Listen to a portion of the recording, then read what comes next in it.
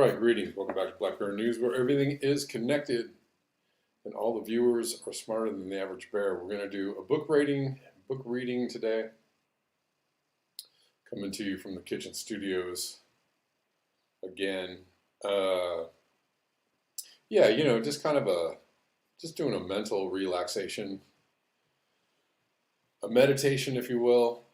I'm not going to talk about news today. Although there's always lots to talk about. But thanks for hanging out. Thanks for being here. Thanks for tuning in. We're live on Rockfin, Rumble, and on YouTube. I asked if you can, for these book readings, if you can donate $1 or $2 via one of the direct donate links. That would be super awesome. If you can't, understand that as well. To those who support the show on the regular, you know who you are, and I appreciate you. All right, so we're getting into chapter 48 of Ministry for the Future. And we're going to do maybe about 3 chapters a day. I don't know if I'm going to go a full hour or not. We'll see how long it takes to get through these chapters. Chapter 48. Babies crying at dawn, already hot. People hungry. Sun over the hills like a bomb, hot on the skin. Don't look that way or you'll be seeing white all morning. Shadows running off the west edge of the world. It'll be that way until the tent roof blocks the glare almost about 9. By then it will be too hot to move. Better to sweat than not. Dust settles on the sweat, and you can see little tracks of mud on your skin. Showers not till Saturday. It's my time of the month. Need that shower. The dining tent opens at 8, still lit by the horizontal light. Long lines of people at the entrance. People let the moms with little kids go first. Most people anyway. They're stacked up next to the entry, line collapsing, fretting. Unless you're starved, it's easier to hang back, not to mention the right thing to do. After a while, it's just a habit. You go where you've gone before. The group of women I usually join is there, trying to stay normal, talk. Inside, the smell of eggs and onion and paprika. Big bowls of plain yogurt, my favorite. Load up on that and hope to last till nightfall. Skip the trials of the midday meal. It's too much sorrow to go through the dining hall 3 times in a day.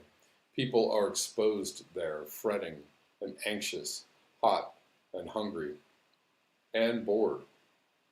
The same food, the same faces, nothing else to do but eat. The aid workers are from some northern country. They talk among themselves. Some are quiet and serious, others laughing and animated. Clean. They sweat, but they're clean. I don't know where they come from. Sometimes I recognize faces, not just the handsome men, but a look. Something in their look will catch my eye long enough to impress that face on me. After that, I can't help seeing them. Not that they see me. When they work the serving line, dishing out food onto our plates, they make eye contact and ask if we want what they're serving, but very few of them really see us in any way that would register on them. It's one way to do their job without getting too sad. Even so, they burn out pretty fast, or maybe their deal is short. Either way, they come and they go. They aren't quite there, and they aren't really there, and they aren't really real. But it's important to refuse to get angry at them. You focus your feeling on what you can see. That's just the way people are. So there's a world out there of people who have put us in this camp. Not all of them specifically did it, but they're all part of it. They live in a world where this camp exists and they go on. Anyone would. But it adds up to us being imprisoned here for nothing we've done except to live, just the way it is. People know we're here, but there's nothing they can do about it. Or so they tell themselves. And in truth, it would take a lot of doing to release all the people incarcerated in this world. So they don't. They focus their thoughts elsewhere and forget about us. I would do that myself. In fact, I did do that myself. Only when things fall apart do you realize it can happen to you. You never think it can happen to you until it does. So then, some of these people volunteer to come to our camp and help feed us and do everything else that needs doing when you have 18,000 people stuck inside a fence, unable to leave. Cleaning toilets, washing sheets, all that. And of course, feeding us. 3 meals a day, that's a lot of work. And yet, here they are. Most of them are young, not all, but it takes a certain idealism, and that's mainly a young person's feeling. They are almost all younger than me now, but not so long ago, when I first came here, they were my age. And they learn things and see the world and meet other people like themselves and so on. And so they have to keep a distance from us. They have to, or else they would become as unhappy as we are. At their best, they are still indignant in our cause, and that's a stress on them. So they have to keep that distance. I know that. But I still hate them for not seeing me, for looking at me in the eye while they put food on my outstretched plate and yet never seeing. I try not to, but I hate them, just as I hate everything else in this life. No one likes to feel gratitude. Gratitude is recommended by the clerics, but I say no one likes it. No one. Not even the clerics. They go into their trade in order never to be in a position to have to feel it. They receive our gratitude as they receive our pain, but they never have to give gratitude themselves, or only in their professional capacity as our receptacles of feeling and of meaning, our representatives to God or whomever.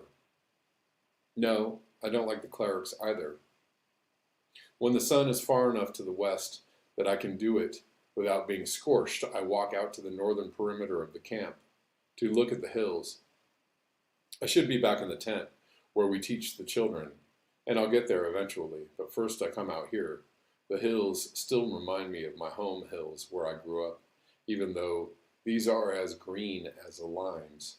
There's a ridge line that looks just like the one I used to look at from our town when I was a girl. In late spring, our hills would turn green also. Not this wet green, but green enough, olive and forest green, and a dapple of furzes. I look through the links of the fence, which is like any fence anywhere, but topped with rolls of razor wire. Yes, we are prisoners here. They don't want us getting any idea that we're not, by way of looking at a fence that could be climbed. As for the wire mesh itself, it looks weak, like you could cut it easily, not with scissors maybe, but with tin snips for sure. No problem. But we have no tin snips in this camp. So I lean against the wire mesh and feel it bell out under my weight. The bottom of the wire is dug into the earth pretty far. I can see that. Once upon a time, it might have been possible to dig it up, to crawl under it with a spoon or one's fingers even, but now the dirt has flowed together and hardened. It would take some effort to dig under it, and worse, some time. They would see me. Still, I consider it every time I come out here. At sunset, when I'm here, I see the last of the sunlight pinking the ridgeline at the top of the hills, and I scuff at the dirt. No way. Maybe. No way. Maybe. The sun goes down, the sky goes twilight blue, then indigo. This is the 1,859th day I have spent in this camp. All right, that's chapter 48 of Ministry for the Future.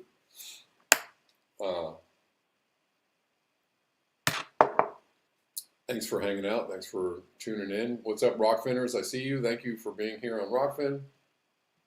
Don't know who's on Rumble, but probably one or two people.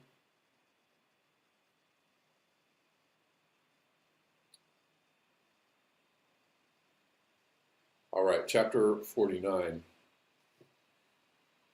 In July of 1944, the United States government convened a group of 700 delegates from all the Allied countries to design the post-war financial order. They met at the Mount Washington Hotel in Bretton Woods, New Hampshire, and there, after 3 weeks of meetings, they published recommendations that when ratified by the member governments resulted in the International Bank for Reconstruction and Development and the International Monetary Fund. The intended results of these new entities included the establishment of open markets and the stability of member nations' currencies. An international trade organization was also proposed, but when the U.S. Senate failed to ratify this part of the proposal, it was not founded. Later, the GATT, the General Agreement on Tariffs and Trade, was established and took on the functions that the failed ITO would have fulfilled. Later, the GATT was superseded by the World Trade Organization. John Maynard Keynes, the chief British negotiator, also suggested at Bretton Woods that they found an international clearing union, which would make use of a new unit of currency to be called a bancor. The purpose of the bancor would be to allow nations with trade deficits to be able to climb out of their debts by calling on an overdraft account with the ICU that would allow them to spend money to employ more citizens and thus create more exports. Nations making use of their overdraft would be charged 10% interest on these bancor loans, which could not be traded for ordinary currencies or by individuals. Nations with large trade surpluses would also be charged 10% interest on these surpluses, and if their credit exceeded an allowed maximum at the end of the year, the excess would be confiscated by the ICU. Keynes thus hoped to create an international balance of trade credit, which would keep countries from becoming either too poor or too wealthy. Harry Dexter White, the Assistant Secretary of the U.S. Treasury and the chief American negotiator, said of this plan, "We have taken the position of absolutely no. As the world's biggest creditor and holder of gold by far, the U.S. was in a position to enter the post-war period as the sole owner of the major global currency, the U.S. dollar, which was to be backed by gold reserves. White proposed an international stabilization fund, which would place the burden of debt firmly on deficit nations. This later became part of the World Bank. So at Bretton Woods, White's plan prevailed over Keynes, and in the absence of the International Clearing Union and its bancor, post-war reconstruction and subsequent economic development was funded by the US dollar, which became the de facto global currency, the imperial coin, so to speak. That's chapter 49. And now we'll get into chapter 50, which is a bit longer. Mary returned to Europe, and from her base in Zurich, began visiting the various central banks there, trying to improve on the unsuccessful meeting in San Francisco. In London, she met with the Chancellor of the Exchequer and some of the board members of the Bank of England. In the days before that meeting, she read up on the history of the Bank of England and saw that it was important in the financial history of the world. 1694, Charles II and William III had been borrowing money from private banks and not paying them back, or else levying taxes on all kinds of activities to be able to afford to make their debt payments, and thus making life more expensive for everyone, except for the royals involved, who were less and less liable for their profligate spending. Who does that sound like? Today, right? So a Scottish merchant, William Patterson, proposed that 1,268 creditors lend the English king £1.2 million for a guaranteed rate of interest of 8%. And once William III signed off on that, a big piece of the system of the current world fell into place. The capitalizing of state power now had its roots in private wealth. Thus, the rich and the state became codependents, two aspects of the same power structure. After that, the Bank of England became the mechanism by which the financing of the state apparatus was monopolized by a small group of wealthy tradespeople, and the shift from feudal land power to bourgeois money power was complete. The state from then on was always indebted to private wealth, and so relied on the goodwill of particular private individuals who were unelected and unrepresentative of anyone but their own class, and yet were inserted right into the heart of state power. Again, what does that sound like today? The Bank of England had also been founded in a state of emergency during a war. But there was always an emergency that would serve when it came to finding reasons to perpetuate and extend state power. Again, what does that sound like today? All right. So whatever the law said, in practice, the bank-state combination did what it pleased. Naturally, such a new thing was controversial. Tories of the time thought the bank would lead to more parliamentary power, sapping the monarchy and leading to the mob. Whigs thought it was a mechanism by which their monarch would always escape paying his or her debts. Either way, it was a rival to already existing power bases and was considered as such from the very start, an insulated enclave of power within government, made up of unelected rich bankers. All this was ominous enough, but it kept occurring to Mary that these people's autonomous power might now actually put them in position to help enact a quick solution to the carbon problem. Should they choose to join that effort, even if they saved the world to save their privilege, maybe that didn't matter, justice being not at this moment her first priority. So she went to London. The Bank of England leaders were coolly unappreciative of her plan, likely to cause inflation, could expose the central banks to currency trading pirates, would create exposure to market pressure. Not sure how that could be avoided. When Mary reminded them that they had quantitatively eased trillions of pounds into existence when needed to save the banks, they nodded. Their job was to save the banks. To quantitatively ease trillions of pounds into existence to save the world, not their job. That would take legislation. The following week, Mary went to Brussels. The European Central Bank, a much younger institution than the Bank of England, founded in the late 20th century as a financial instrument of the European Union, offered to her representatives who were, if anything, even worse than the English. The group Mary met with was formed, for the most part, of German and French men. They were very sophisticated, intelligent, polite, and arrogant people. Their attitude toward Mary was dismissive in the extreme. For one, she headed an agency with no financial power and little legal leverage. The ministry was some kind of idealistic gesture to make people think extraordinary efforts were being made, when really they weren't. And as an Irish woman, she was doubly damned, more for being Irish than for being a woman. Ever since Thatcher and Merkel and Lagarde, a few women had wedged their way into the top echelons of European and financial power. Mary admired all these women despite her hatred for Thatcher's politics. And of course, none of them had managed to crack the top by way of being progressives. But Irish, no. A colony, a little country, one of the pigs, one of the many little piggy countries of Europe, who had to pick up the crumbs of the big countries, and had no chance of achieving the gleaming polish of one of these big countries, which was really to say Germany and France. These two old antagonists still fought for control of Europe, but it was a battle of two. The rest of the world was irrelevant, or at most instruments to be used, and somehow the little countries could never sort out their differences and band together to become a united front of their own.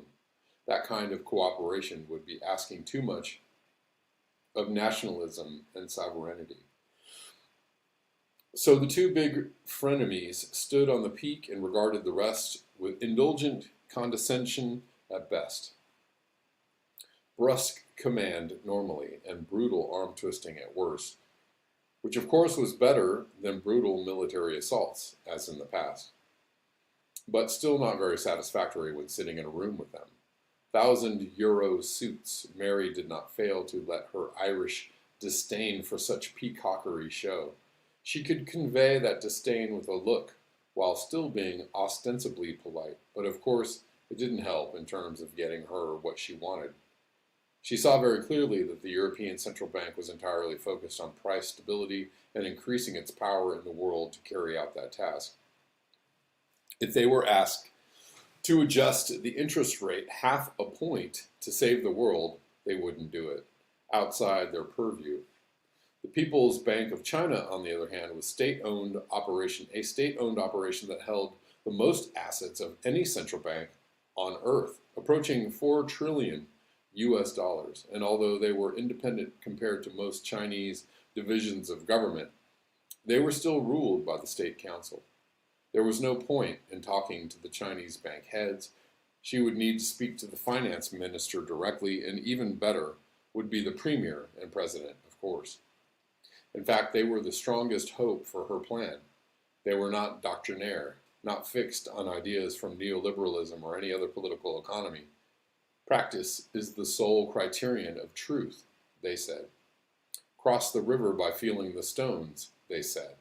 If she could convince them of the worth of the idea, they wouldn't give a damn what the other banks thought. But it would take a lot of central banks buying in to make this work. Actually thinking about that, she set Janus Athena to study this. If the Chinese banks were to back it alone, could it work? No, J.A. got back to her to say, no one bank could expose themselves to the market that way. Even China, even the U.S., these were just the biggest Lilliputians in terms of any given entity trying to tie down the global economy. It would take a gang of them.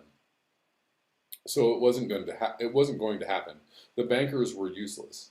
They would look at each other and see the mutual lack of enthusiasm in their peers and hide behind that.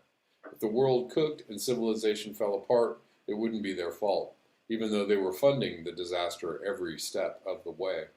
Something was going to have to make them do it. The structural adjustment programs enforced by the World Bank on the developing countries caught in the debt crisis at the end of the 20th century set the conditions for what became the world order in the 21st century. These SAPs were instruments of post-war American economic empire, which was unlike the older empires in that it did not insist on ownership of its economic colonies. It only owned their debts and their profits, no more than that. The best empire yet in terms of efficiency, and the neoliberal order was all about efficiency. In its purest economic definition, the speed and frictionlessness with which money moved from the poor to the rich. So there was a reason it was called the Washington Consensus. Its SAP requirements, made of any country that wanted a bailout in the form of further loans, came only by adhering to the following conditions: a reduction in public spending, tax reforms, especially reducing taxes on corporations, privatization of state-owned enterprises, market-based interest and currency exchange rates, with no government controls on these, a set of strong investor rights, so investors could no longer be given haircuts, the long hair provisions, so-called, and the massive deregulation of everything: market activities, business practices, labor, and environmental protections. Even though these structural adjustment programs were widely criticized and judged a failure by some analysts at the end of the 20th century, they were the template for dealing with the EU crisis in the small southern countries, and were inflicted on Greece in full to scare Portugal, Ireland, Spain, and Italy, not to mention the new EU countries from Eastern Europe, at the prospect of what the EU, meaning in this case France and Germany, would do to them if they tried to create and hew to a line of their own. Join the EU, obey the European Central Bank, which meant obey Germany and France. As Germany's economy was about twice the size of France's, what people around Europe took all this to mean was that Germany had finally conquered them all. no matter what it had looked like at the end of World War II. Just as America had conquered the world by way of finance rather than arms, Germany had conquered Europe using the same methods, in some cases using even the same capital, because Germany had been very good at being a client state of America through the course of the Cold War. Now that the Cold War was over and Germany was in economic terms stronger than Russia, it could detach itself from the US a bit, cleverly pretending to be a client when it was convenient, but by and large pursuing its own course. This was obvious to everyone in Europe, but America's narcissistic myopia regarding the rest of the world didn't allow it to see that very well. So a visit to Berlin was for Mary always a fraught venture. The bankers and finance ministers were a little less glossy and supercilious than in France and Brussels, but even more ominous in their burger certainty that nothing could ever change.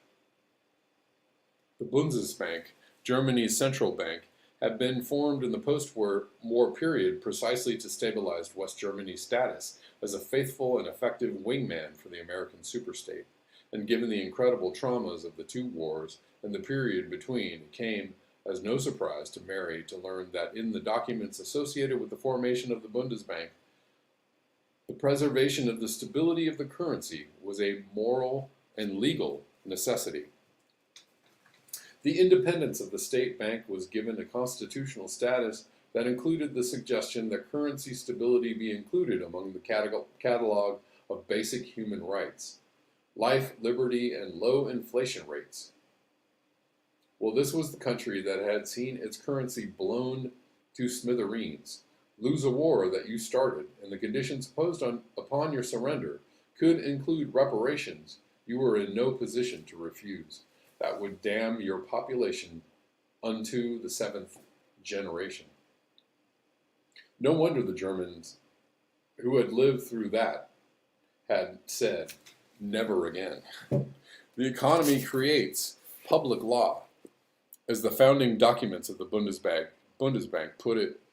That Mary saw this as exactly backwards was enough to give her pause. Was it the same kind of stealthy German acceptance of Marx over Hegel, to say that first there is practice and then theory? She had no idea. She was not a philosopher nor a historian, just a working diplomat. But working diplomats tended to believe in cause and effect, in plan and execution. That's what governance was. That was bureaucracy, even economy. The laws defined the behaviors that were legal.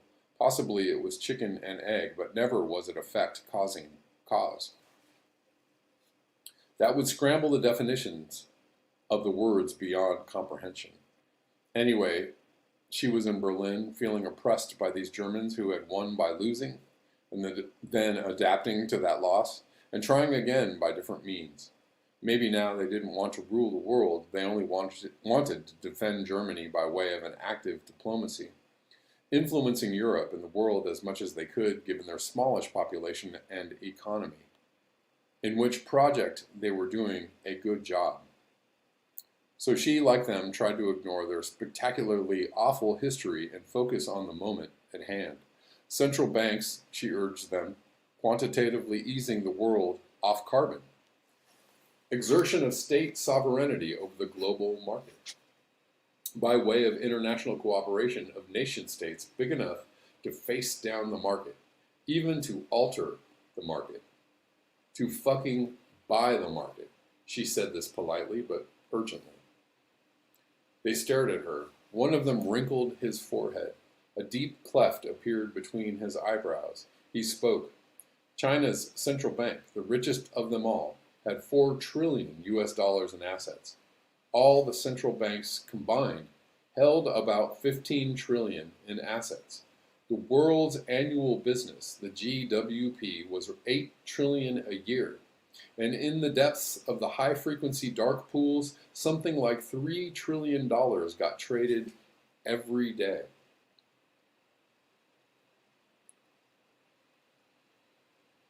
Even admitting that these last were in some senses fictional dollars, it was still very clear the market was bigger than all the nation states put together. Mary shook her head. Even if market and state were two parts of a single system, that single system was ruled by law, and the laws were made by the nation states. They could therefore change the laws. That was sovereignty. That was where seigniorage and legitimacy and ultimately social trust and value resided. The market was constructed by and parasitic on that structure of laws. The market can buy the laws, one of them suggested. The market is impervious to law, another added. It is its own law. It is human nature. It is the way of the world. Mary said, it's just a legal system. We change laws every day.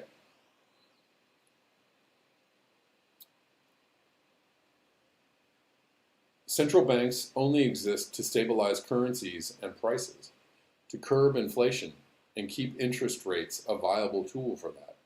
Mary said, together, the central banks often advise their legislatures to change tax levels as needed to stabilize money. That meant changing the laws. Legislatures do what they want. Mary said, legislatures pass financial laws that the central banks tell them to pass. They're scared of finance. They let their quants write the laws in that realm. If you advised it, they would do it, especially if you advised them to increase their own power over finance. The Germans were practical people, their looks said. It was an idea worth considering to see if it would help Germany. This was not the worst response Mary had gotten, so she left the meeting feeling drained and in serious need of a drink. Following a session in the gym punching things, but not as depressed as she had been after some of the other meetings, Germans, they had seen the worst. They knew how bad it could get, even though these were the grandchildren of the ones who had lived through it, or now mostly the great-grandchildren. There was still a cultural memory that they could not escape, a memory that would last centuries. There was repression, of course, but wherever there is repression, there is also the return of the repressed, often twisted and compressed by the repression into something even more dangerous to the self. Maybe that meant that Germans were focused on staying safe to a degree that had turned dangerous. They wouldn't be the first. Then on to Russia. Russia's central bank was almost as much a state operation as China's. Half of its profits went to the Russian state by constitutional design. It owned 60% of Sberbank, the country's largest commercial bank, and 100% of the country's national reinsurance company. Their central bankers were very intent on protecting Russian interests above all. It made sense to Mary, and the men who met her were friendly. Any country that could produce Tatiana probably had some good in it. And Russians, too, had seen the worst that could happen. Their empire had imploded on them within living memory, and before that they had suffered the extreme trauma of the World War. They had reasons to hate the Germans, also to hate the Americans, to a lesser extent. Really to hate everybody, you might say. Russia against the world. That had been part of their collective psyche for as long as they had been aware of the world. But their own problems absorbed most of their attention most of the time. They were a world apart to some extent. So many places had been like that for most of human time, and were like that still. Everyone living in the past of their own region's psyche to one extent or another, because they all lived in their languages. And if your native language was anything but English, you were estranged to one degree or another from the global village. Globalization was many things, including a reality, and that they all lived on one shared planet, in which borders were historical fantasies, but it was also a form of Americanization, a soft power imperialism combined with economic dominance, and that the U.S. still had 70% of the capital assets of the world secured in its banks and companies, even though it had only 5% of the world's population. So the globalization determined by physical reality could never be escaped, and would only become more prevalent as the biosphere problems got worse.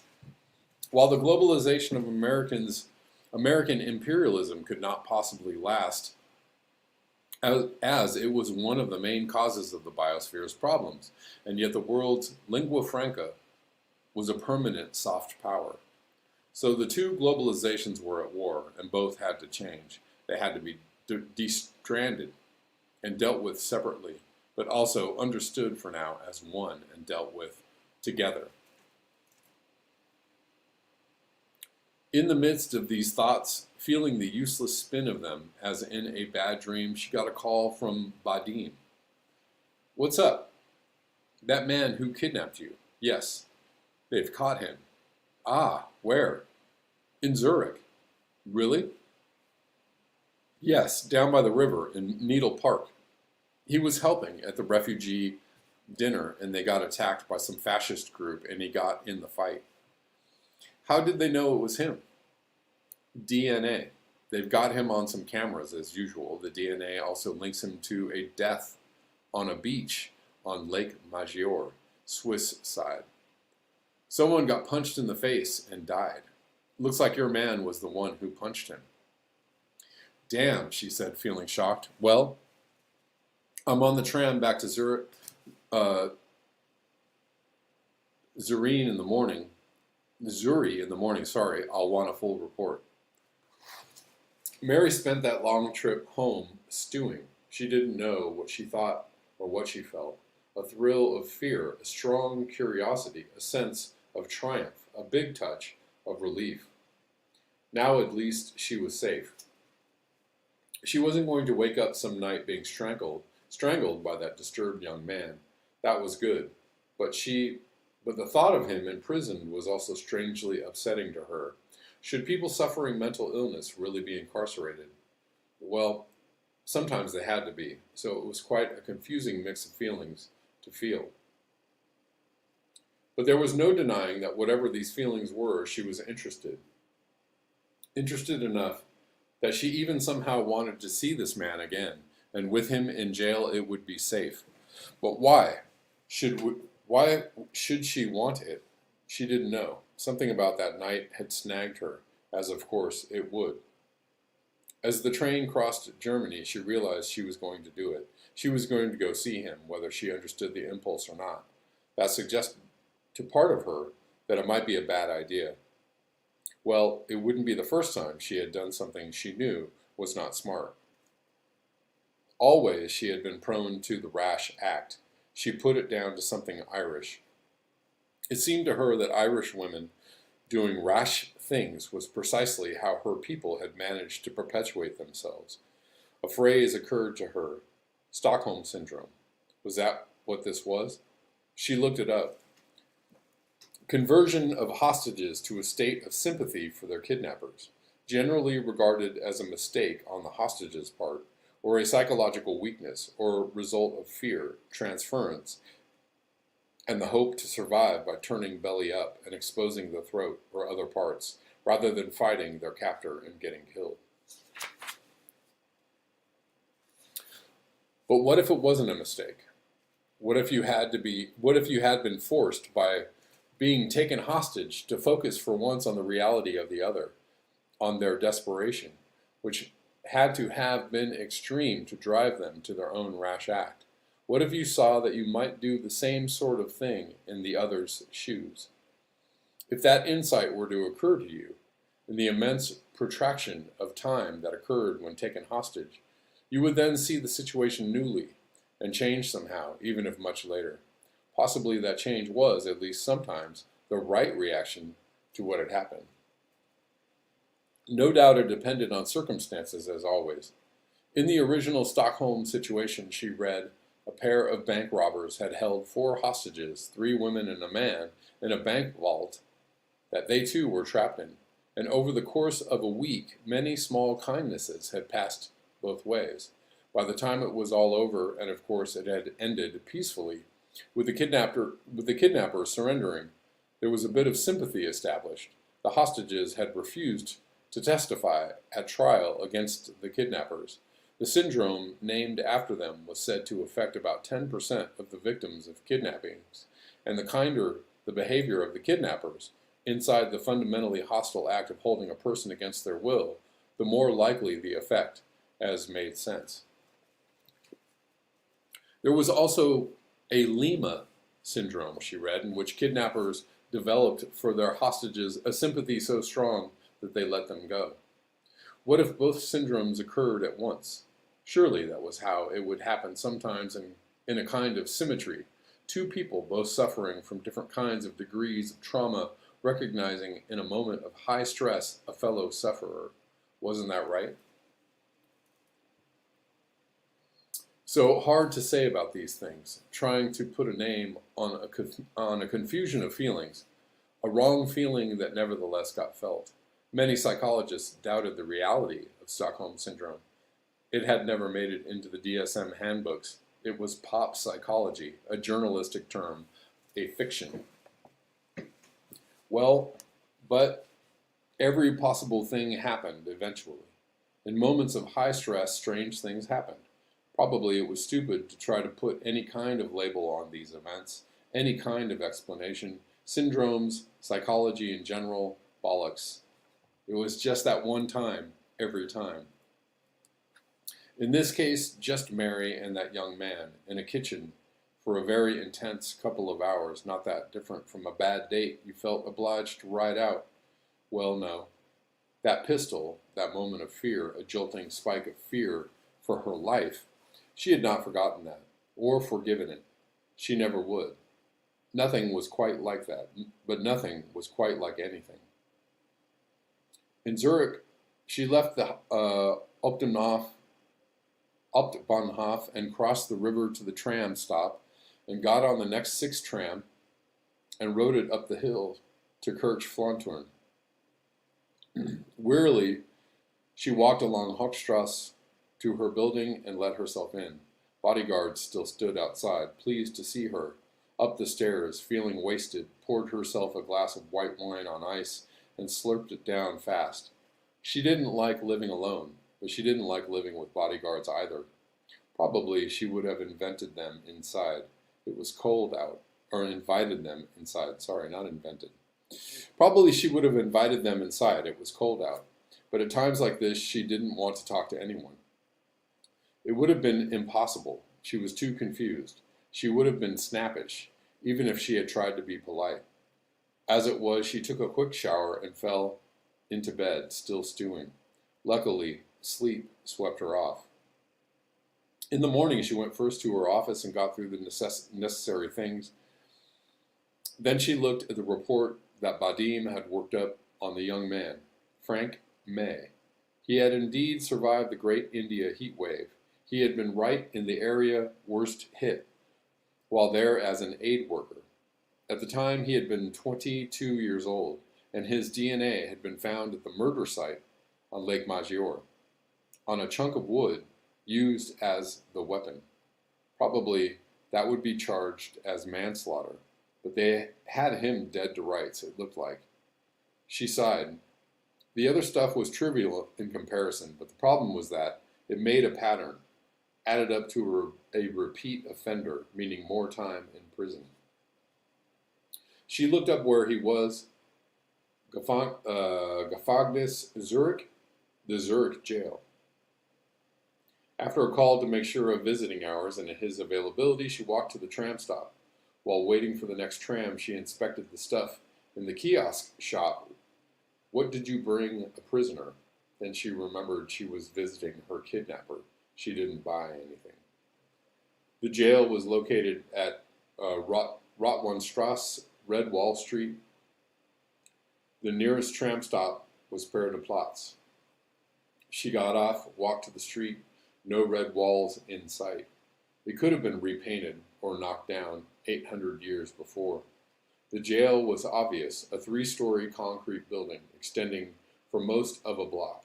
Institutional, tall windows in deep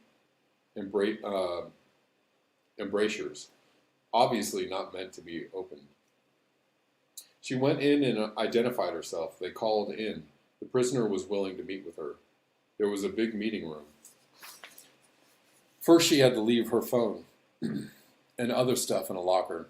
Then go through an x-ray machine as an airport security. After that, she was escorted by a guard down a hall through 2 doors that unlocked and opened automatically, like an airlock in a space station, she thought. Inside this building, a different atmosphere. And it was true. It looked different. It smelled different. The Swiss almost always displayed a little stylishness in even their most institutional institutions, and that was true here too. A blue wainscoting line. A big room with lots of widely separated tables with chairs, potted plants in the corners, and some Giacometti imitations gesturing toward the ceiling in their usual elongations. But it smelled of ozone and power, panopticon. A pair of guards sat behind a desk on a small dais by the door for visitors. Another guard came in the door to the prisoner's side, escorting a slight man who moved as if hurt. It was him. He glanced up at her, smiled briefly, uncertainly, confused to see her, a fear grin, and looked back at the floor. He gestured at one of the tables, walked to it. She followed him, sat down in the chair across the table from him. The table was clearly called for. When they were seated, the guard who had escorted her in left them and walked over to the chair with the other guards. Walked over to chat with the other guards. She looked at him in silence for a while. After a single startled glance, as if to reaffirm that it was her, he looked at the table. He looked withdrawn. He had lost weight since that night in her apartment, and he had been skinny then. Why are you here? He asked at last. I don't know, she said. I guess I wanted to see you in jail. Ah. Long silence. Now I've got some of my own back, she didn't say. Barely even thought. Now I'm safer than I was before. I won't get shot in the street. Now the tables are turned. You're the one being held against your will. I'm free to go, and so on.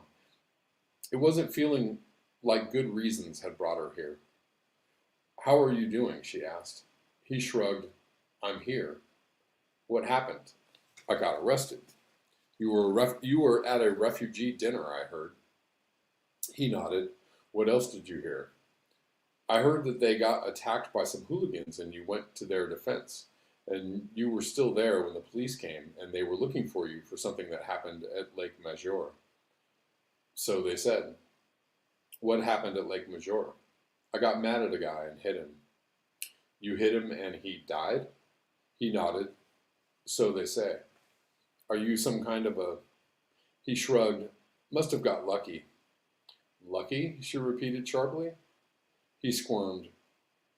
It was an accident. Okay, but don't joke about it. From now on, what you say may have an impact on your legal status. I was just talking to you. Practice it with everybody. No jokes, really? Will that be a hardship for you? I don't recall you making many jokes when you visited my flat. I was trying to be serious then. Do that now. It could make a difference. In what? In how long a sentence they give you. The corners of his mouth tightened. He swallowed hard. No joke there. This person who died. Did you hit him with something? Yes, I was holding a piece of driftwood I found on the lakeshore. And that was enough to kill him? I don't know. Maybe his head hit something when he went down. Why did you hit him? I didn't like him. Why didn't you like him? He was being an asshole. To you or to others? Both. Were those others Swiss or Auslander? Both, really. She regarded him for a long time. Apparently theirs were the kind of conversations that included many long silences. Finally, she said, well, it's too bad. It means they've got you for multiple things now, so, well, I'll put in a word for you if you want. That I was a good kidnapper? Yes, that's always been put on the record. I mean, I reported it as a kidnapping, so now I can't exactly say I was having you over for a nightcap. They don't have any street three strikes type laws in Switzerland, as I understand it. But you do have this latest fight you are in to add to the death and what you did to me. That will have an effect on the judgment. If I weren't already on the record saying otherwise, I would consider telling them we were just having a night. He was startled. Why? To help shorten your sentence, maybe. He continued to look surprised. She, too, was surprised. Who was this man? Why should she care?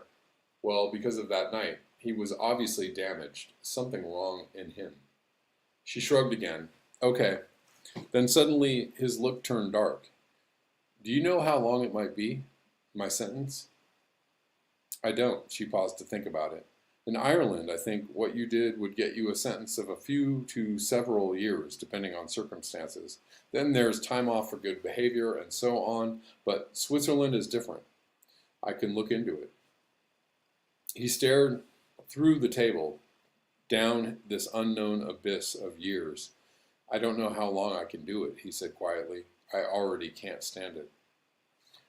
Mary pondered what she should say, or what she could say. There wasn't much.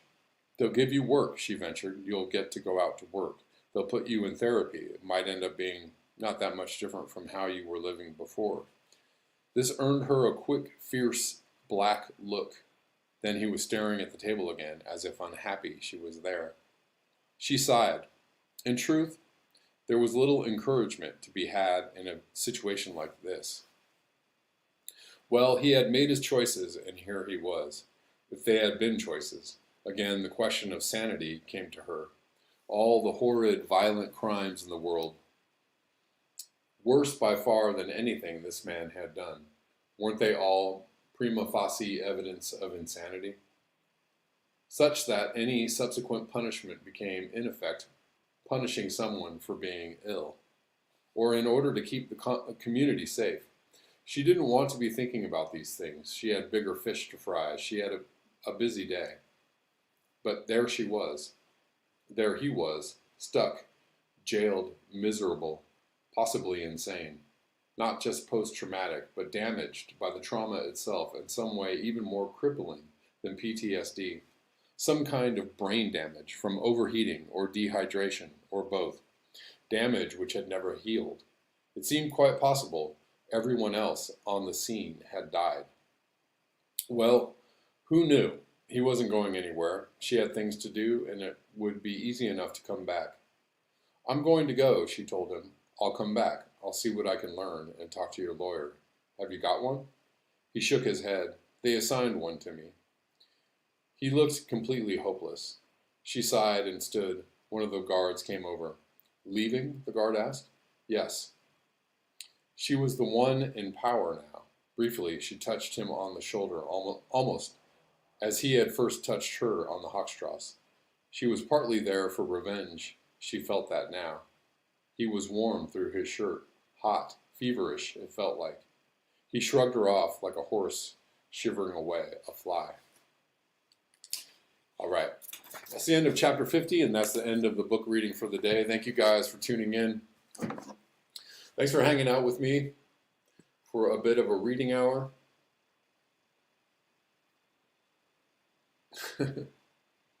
I haven't really seen I saw like 5 seconds of the Oprah Winfrey Kamala Harris interview. I'm going to go watch a little more of it, I guess. Thank you all. Thanks everyone for being here. Going to make sure I don't have anybody to thank or thank the people that I do have to thank. If so,